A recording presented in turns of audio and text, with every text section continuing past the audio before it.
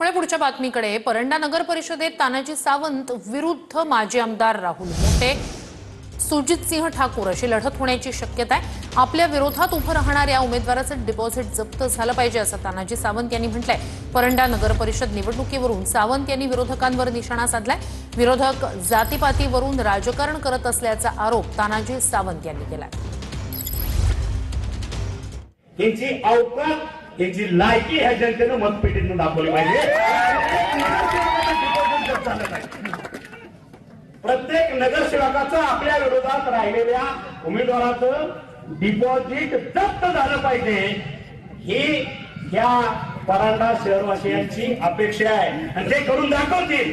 आपण फक्त त्याला सपोर्ट करायचा आहे, आपण फक्त सपोर्ट करायचा आहे। कारण तुम्ही बघितलं असेल जाती जातीचं राजकारण, धर्माचं राजकारण